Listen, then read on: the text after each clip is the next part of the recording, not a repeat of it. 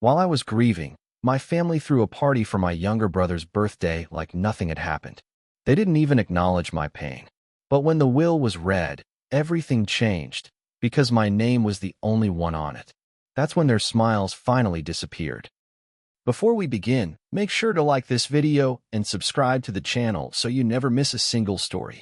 We bring you powerful tales of betrayal, redemption, and justice, crafted to keep you hooked from the first word to the last. Now, let's get into today's story. Grief is a strange thing. It doesn't knock. It doesn't announce itself with thunder or rain. It just arrives quiet, heavy, and uninvited. The day I lost my best friend, Eli, to a hit-and-run, I thought my world had stopped. Eli wasn't just a friend. He was the only person in my family who actually saw me. While others focused on appearances, awards, and pleasing our image-obsessed parents, Eli saw through the layers. He cared. So when I got that call from the hospital, I broke. And the worst part wasn't the pain, it was the silence that followed at home. I remember walking into the house that evening, numb, pale, and shaking. My mother didn't even glance up from the cake she was icing. My dad was setting up speakers for music. My younger brother, Adam, sat grinning with his friends, already celebrating. I opened my mouth, desperate for someone to ask what was wrong, to sense the devastation in my eyes. But no one noticed. It was Adam's birthday, and the show had to go on. I excused myself quietly, climbed the stairs, and sat in my room, staring at the wall as laughter echoed from below. That night, while everyone clinked glasses and danced in the living room, I sat on the floor holding Eli's old baseball cap. We'd been inseparable since middle school. He knew about every betrayal I'd swallowed in this house, every birthday forgotten, every time I was made to feel invisible next to Adam, the golden child. I had always accepted it quietly, but this time felt different. This wasn't a missed game or an overlooked achievement. This was death. And even then, I was invisible. My grief didn't fit into their perfect family photo. The next morning, I made a quiet call to Eli's parents, offered to help with funeral arrangements, and shut my door. Days passed. Not once did anyone knock, ask, or care. On the morning of the funeral, I walked into the kitchen dressed in black. My mother, sipping her coffee, glanced at me and said, "Oh, are you going somewhere?" I looked at her blankly. "Eli's funeral," I said. She sighed and replied, "Adam's got brunch with his friends. Don't take the car." That was the moment something in me finally cracked. I took the bus. I stood alone beside Eli's casket. I read a eulogy to a room full of strangers who somehow made me feel more seen than my own blood ever had. And when I returned home that night, the house smelled of takeout and birthday candles. No one even asked how it went. That silence turned into a storm inside me. A quiet, cold rage that grew roots in the days that followed. I stopped speaking unless I had to. I watched. I waited. And then, 3 weeks later, the letter came. My grandfather had passed. My grandfather's death didn't come as a shock. He had been in a care facility for months, drifting in and out of clarity. What had surprised everyone, though, was that he had left behind a will far more recent than the one everyone assumed existed. And it wasn't just any will, it was handwritten, witnessed, and filed just 3 weeks before his final hospital admission. My mother's lips were tight when she read the letter from the family lawyer. My father said nothing, but the sudden way he shifted in his chair told me enough. They weren't grieving, they were calculating. The letter said we were to meet at our grandfather's lake house for the reading. That place held memories for me, quiet ones. Grandpa used to sneak me lemon candy during long summer visits, would sit me down and tell me stories about how silence can sometimes scream louder than words. He saw me in ways my own parents never did. He'd once told me, when I was no older than 10, the loud ones usually get the cake, but the quiet ones inherit the recipe. I didn't understand that then. I did now. The day of the will reading arrived like a storm pretending to be summer. The sky was clear, but tension hung over everything. My mother had on her favorite pearl earrings, the ones she wore only when she expected to be seen as someone important. My father had his blazer pressed to perfection. Adam wore sunglasses indoors, looking like a celebrity whose latest album had just dropped. No one spoke to me on the drive to the lake house. I didn't care. I had grown used to being the shadow they forgot to cast. When we arrived, the lawyer, Mr. Henley, was already seated in the drawing room. His briefcase sat beside him like a sealed vault. "We'll begin shortly," he said, nodding politely to each of us. I watched the way Adam sprawled across the leather sofa, fully expecting to hear his name printed on every line of the document. My mother whispered to my father, smiling like a woman preparing to sign papers for a house she already considered hers. I sat quietly in the corner, feeling the weight of Eli's absence settle into the room like a ghost they didn't know existed. Mr. Henley opened the file slowly, glanced at us one by one, then said, "This will is dated precisely 1 month ago. I'll read it in full as instructed." And so he did. The will began predictably enough, courtesies, notes of affection, and an acknowledgement of his fading health. Then came the shift. "To my grandson Adam," Mr. Henley read, "I leave the fishing rod you always admired but never used." Adam blinked, confused. The room shifted. "To my daughter and son-in-law, I leave the wedding china set from our attic. May it remind you that not everything old should be sold." My mother's mouth fell slightly open. My father sat up straighter, clearly waiting for a but. There was none. Then Mr. Henley looked directly at me. "To my grandson," he read, "the one who listened, the one who stayed, the one who never needed to be loud to be worthy, I leave everything else. The lake house, my savings, my shares in Holbrook Industries, and all legal rights to my literary manuscripts and estate items. Use them as you see fit. I know you will, because I've already seen who you truly are." The room cracked like ice under pressure. My mother laughed, short and sharp, like a bark. "There must be some mistake," she said quickly. "That's not." He wouldn't. My father stood up. Adam removed his sunglasses slowly, like he wasn't sure if they were to blame for what he had just heard. But there was no mistake. Mr. Henley handed out copies. The document was signed, stamped, and sealed. Legal. Final. Irrevocable. I sat still, quiet, watching. My heart beat slowly, like it already knew it had won a race no one thought I'd even entered. Mr. Henley packed his briefcase, nodded again, and excused himself. My mother started arguing almost instantly, something about manipulation, about fairness, about how Grandpa must have been confused. But I didn't respond. I stood, walked past them, and stepped out onto the porch of the lake house I now owned. The air smelled of pine and still water. My phone buzzed in my pocket, Eli's mom, thanking me again for helping with the funeral. I turned back to look through the window. They were still shouting, still clinging to the reality they thought they'd earned. And me? I was free, finally, and fully free. Grandpa was gone, but he left behind more than land or stocks. He gave me the final word I'd never had the chance to say in that house, worth. I didn't return home with them after the will reading. I didn't pack a bag, didn't give explanations, didn't answer questions. I simply told Mr. Henley I'd be staying at the lake house indefinitely, and he handed me the new set of keys. The silence that followed was the loudest confirmation that things would never return to how they once were. I watched them drive away from the porch, my mother still yelling from the passenger seat, Adam brooding in the back like a dethroned prince, and my father's knuckles tied around the steering wheel. I didn't wave. The first night alone at the lake house felt like breathing after years underwater. There were no whispered criticisms from behind doors, no backhanded compliments from my mother, no expectation to play second fiddle to Adam's constant spotlight. The air here was calm, still, and clean. I walked barefoot through the halls, touching each bookshelf, each picture frame, each small antique my grandfather had preserved with care. This place wasn't just a house, it was a sanctuary, a piece of him that he had left for me with full intention. Not because I demanded it, but because I earned it. I found a letter that night, tucked inside a worn copy of Mice and Men, one of Grandpa's favorite books. His handwriting was jagged from tremors, but unmistakable. "You won't understand it now, but one day you'll see that not all battles are fought out loud. You are my quiet victory, and this place is your shield. Don't give it back to people who never saw your wounds.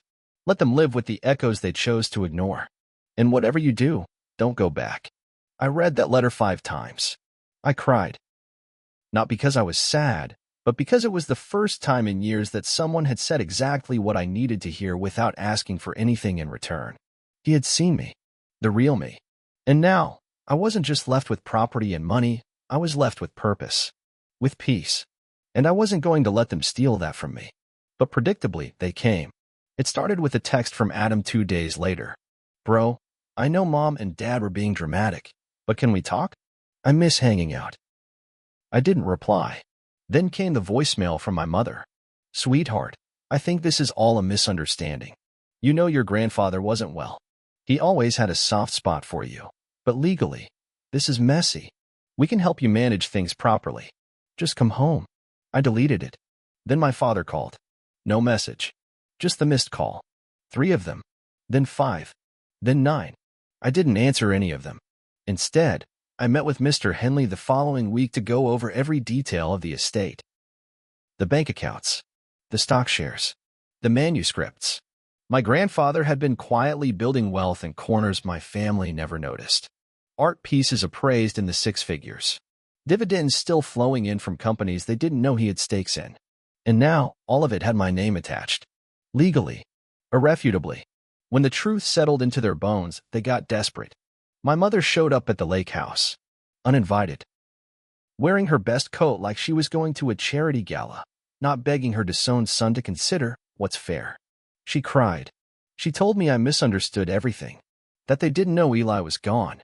That they were just trying to keep things light for Adam's birthday. That grief makes people act strange. That I'd regret cutting them off. But I didn't misunderstand. I remembered everything. Every time I was invisible, every time my silence was mistaken for weakness, every moment they laughed louder when I cried quietly. I stood at the top of the steps and listened, but I didn't let her in. You let me mourn alone, I said through the screen door. Now you can celebrate without me. She didn't respond. She waited. I didn't move. Eventually, she turned and left, her heels clicking like fading apologies on the wooden steps. That night, I lit a fire in the old brick hearth, something I hadn't done since childhood. I sat with Grandpa's letter in one hand and a journal in the other. I started writing, not just to remember, but to heal. I wrote about the party, about Eli, about the silence in my childhood bedroom, and about the way my name sounded when it was finally spoken with honor. For the first time in my life, I wasn't surviving. I was living. Would you like me to continue with Chapter 4? The house they couldn't touch. In this chapter, the protagonist receives an offer to sell the house, one engineered by his parents through a third party. But he flips the situation in a way that exposes their desperation. It was mid-October when the first real attempt came. The leaves had turned copper and crimson, and the lake shimmered like molten glass beneath the morning sun. I had just stepped onto the back deck with a mug of coffee when I spotted a sleek black car pulling up the gravel driveway. It wasn't one I recognized, not family, not a friend. A man in a fitted suit stepped out, leather folder in hand, and approached the house like someone who thought he already owned it. I set my mug down slowly and waited at the door. "Mr. Bennett?" he asked, voice crisp and polite. "Yes," I said simply, not offering a hand. "My name is Marcus Klein. I'm a property broker based in the city. One of my clients is very interested in purchasing this estate. Very interested. They've authorized me to make a generous offer, above market value. We can close quickly. All cash." He opened the folder, revealing printed documents with highlighted numbers that frankly stunned me. It was a multi-million-dollar offer, no lowball game. Someone wanted the house badly enough to try and make it irresistible. But even as he spoke, I noticed something odd. The name on the buyer line was blurred, conveniently undisclosed. But I knew the language. I knew the style. And when I looked closely at the mailing address on the second page, my stomach tightened. It was our family home address. I leaned against the doorway and stared at Marcus for a moment longer. "You say they're very interested," I said. "Why this house?" "Well," he began smoothly, "it's historic, secluded, and beautifully preserved. The lake access alone. Tell your client," I interrupted, "that I don't sell things that weren't offered in love." He blinked, unsure how to respond. I closed the door. It was them. I knew it. They couldn't fight the will, couldn't argue with the bank accounts, couldn't take back what was already in my name. So now, they were trying to buy their way back in, through the one thing that had become my sanctuary. But what they didn't realize was that this house wasn't just real estate. It was memory. It was legacy. It was my grandfather's final act of love. No offer, no matter how large, could put a price tag on that. The next day, I called Mr. Henley. Marcus Klein, I said, broker from Woodridge Partners. Tried to buy the house. I believe my parents are behind it. There was a pause. I suspected they might try something indirect, Henley replied. I'll make sure any future offers get flagged. In the meantime, you might consider making a public statement of intent, not legally required, but it sends a message. And so I did. I wrote a brief letter, had it notarized, and posted it on the town's real estate bulletin and online property registry. It read, "The Bennett Lake House is not for sale now, nor will it be in the foreseeable future. This property is held in honor of its previous owner, and any further inquiries should be redirected to legal counsel." The next wave came quickly. A letter in the mail. Handwritten. From my father. "We made mistakes. We didn't always treat you right. But this house is part of our family. It belongs to all of us. Let's find a way to share it. Don't let this split us further." I didn't reply. Then Adam sent me a video message. He was sitting at the family kitchen counter, looking less put together than usual. "Hey man, look, I know we've had our differences, but Mom's not sleeping, Dad's been drinking again, and the whole house is falling apart. They need you. We need you. Can't we just split things 3 ways and call it even?" Even. That word sat in my chest like a stone. They wanted even now. After decades of imbalance. After ignoring my grief, dismissing my voice, and pretending my presence was optional unless it served them, I recorded a reply. Simple. Calm. I'm not angry. I'm not bitter. I'm just done being the extra piece at your table. I was never invited to share the cake. Don't ask me now that I own the bakery. I had sinned. The silence that followed wasn't just quiet. It was surrender. They didn't reply again. Weeks passed. Winter neared. I renovated the study, transformed the attic into a reading room, and started writing about Grandpa's stories, slowly piecing together a memoir with help from his old journals. Every room in that house breathed with a different kind of life now. Not the chaos of a family chasing shadows of status and inheritance, but the quiet strength of one soul finally finding their place. They had the birthday cake, the party, the celebration, but I got the will. And with it, everything they had forgotten how to value. It was the last snow of the year, the kind that blanketed the trees in silence and made the lake look like a sheet of frozen light. I had just finished reorganizing the old library upstairs, placing Grandpa's marked-up novels in the order he once joked made more sense than the alphabet, when I heard the knock.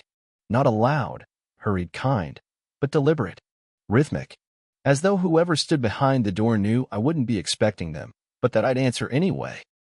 I set the book down and descended the stairs slowly, a strange unease building in my chest. When I opened the door, I was greeted by a woman who looked like time hadn't touched her, though her eyes said otherwise. She wore a dark green coat, wool scarf knotted neatly, and held a leather satchel close to her body. Her face was familiar, though I couldn't place it. Not fully, but it was her voice that pulled me back. "You look just like him," she said. "Not your father. Your grandfather." I didn't invite her in right away. "You knew him?" She smiled faintly. "Knew him before he ever married. Before the war, before the company. I was his first fiancée." The air left my lungs. She introduced herself as Marian Clark, and though the name stirred no memory, her presence, her calm certainty, told me this wasn't a trick or some sentimental prank.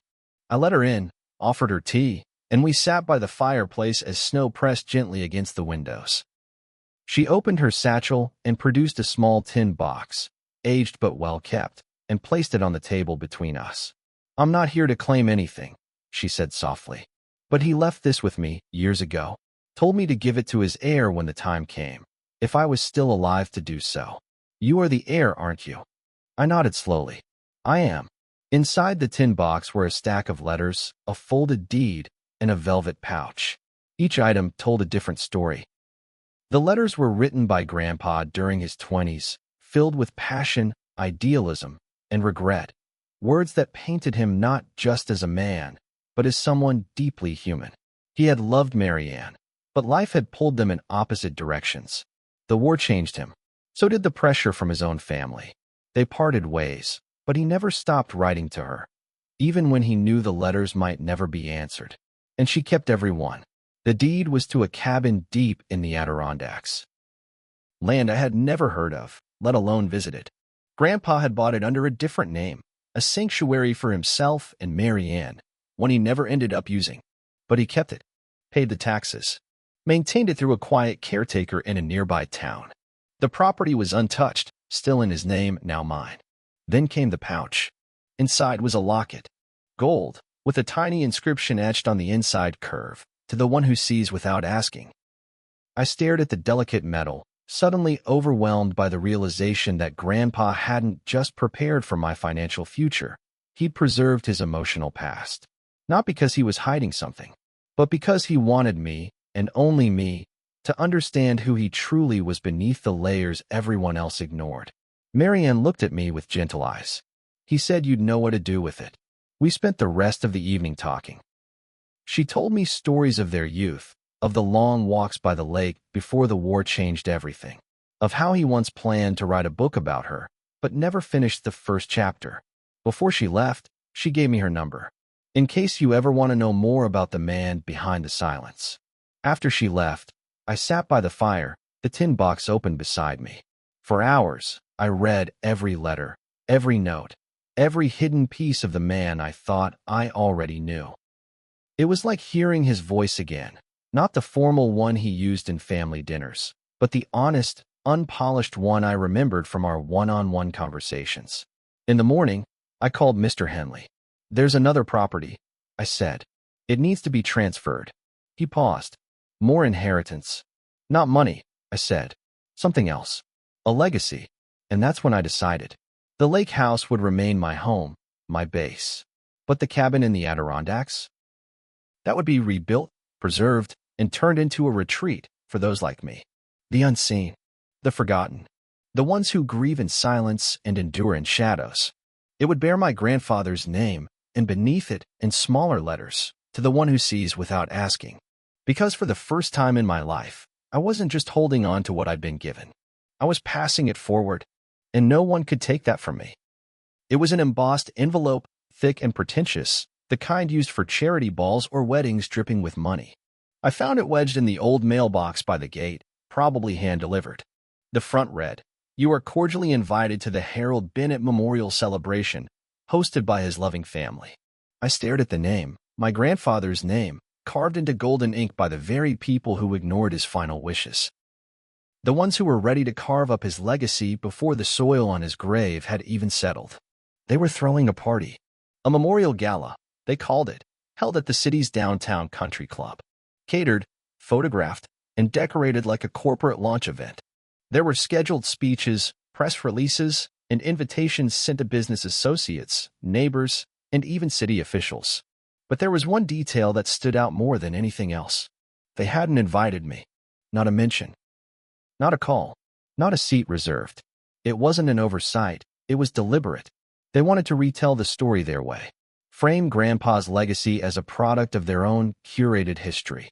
A noble patriarch who built a family empire, conveniently forgetting the man who spent his final years quietly redirecting that empire into my hands. They wanted to erase me from the ending, but they had no idea I'd already rewritten the beginning. I didn't rage. I didn't yell. I didn't reply. I just made one call to Mr. Henley and another to a quiet contact I had met through a local preservation society. Then I waited. The night of the gala arrived with glitter and cameras. The country club's main hall was lined with large canvas photos of my grandfather, sharpened, airbrushed, and utterly stripped of authenticity. Quotes were cherry-picked and mounted in frames. Adam wore a sharp blue suit, playing the part of the grieving grandson. My mother dressed in black pearls and wore a mask of poise. My father, ever the silent figurehead, stood with a brandy glass and offered polite nods to donors and journalists. They toasted to his memory. They spoke of his success. They even announced a Bennett Family Scholarship Fund, claiming it was something he always wanted. The crowd applauded. The cameras clicked. And then the projector screen rolled down. A woman in the back turned to face the audience. Marian Clark. She had received my invitation. The screen lit up, not with glamour shots or buzzword quotes, but with my grandfather's handwritten letters. His real words. His true voice. His criticisms of how his legacy had been twisted. His heartbreak over how his children had forgotten the meaning of family. His journals. His voice clips. His regrets. His truths. The room froze. Then the final slide appeared. A scanned copy of the will. The actual one. Dated. Stamped. Legal. With one line highlighted. To my grandson, the one who listened, everything I leave is yours. The screen went black. There was no applause this time. Marion stepped back. Her part was done. And then I walked in. I didn't speak at first. Just stood there at the edge of the room, watching their faces fall into themselves. Adam's jaw hung loose. My mother turned pale. My father set his drink down slowly, the ice clinking like a distant alarm. I wasn't invited, I said calmly.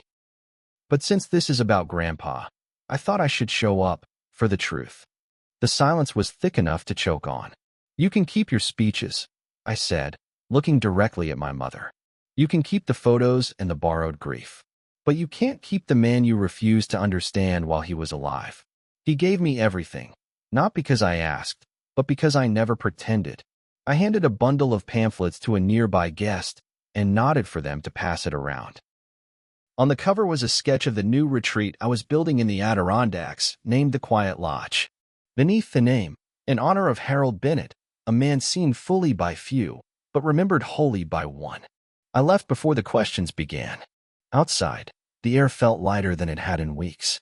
They had the stage. I had the legacy. It was late spring when the cabin became the lodge. What began as a rundown structure nestled in the trees had, over the course of 6 months, transformed into something sacred. We kept the bones, Grandpa's original woodwork, the stone fireplace, the hand-carved beams, but everything else became a sanctuary of intention. No television, no noise, just quiet spaces for those who had spent too long being unheard. Writers, veterans, grievers, outsiders, people like me. I called it the Quiet Lodge, and on the opening day, I stood at the base of the entry path beneath a modest wooden archway bearing Grandpa's name. I didn't give a speech. I didn't pose for photos.